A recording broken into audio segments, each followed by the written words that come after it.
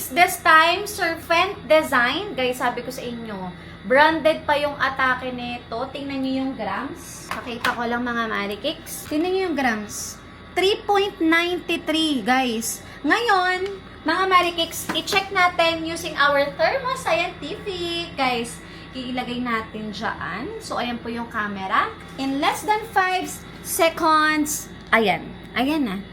Na-detect niya kagad, guys. So, gold plate, probable. So, mga Marikix, Oo nga, oh. yes. Again, guys, please, please, please, please, mag-iwais po tayo sa pagbili ng gold. Make sure to buy sa mga legit sellers katulad po ng Dear Cards by Sunshine. Again, bumibili po kami sa Radbong Ginto. Pwedeng trade, may brand din po kami. Binondo Manila location, tamang uri, tamang presyo, tamang timbang. We are using Tanita for your pang timbang. Nag-load. Thank you. Go.